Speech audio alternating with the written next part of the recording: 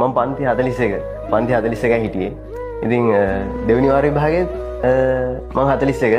හැබැයි ඊළඟ එකේ මම 40 වුණා. හැබැයි මේ කේස් එකේ තියෙන්නේ එක ගෑල් ළමෙක් බිග්ගල් වෙලා ආවේ නැහැ.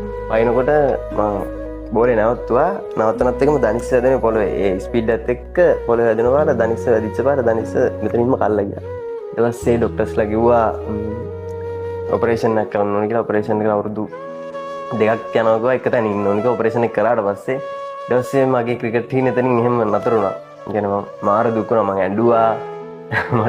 මම කාමරෙන් එළියට ආවේ නැහැ මාසයක් විතර මට ඒ දුකට. මොකද මගේ හීනේ පොඩි කාලේ නම් තිබෙ හීනේ ක්‍රිකට් ගහන එක.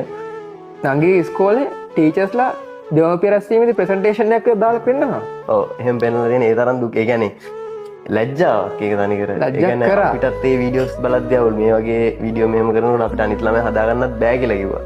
දැන් ටීම් එකේ කී දෙනෙක් ඉන්නවද? ටීම් එකේ අය විශ්වාස කරන්න දැන කට්ටිය නෑ එළියට දාලා 33 ළමයි. කියන්නේ නළුව 33 දෙනෙක් කරපානවද?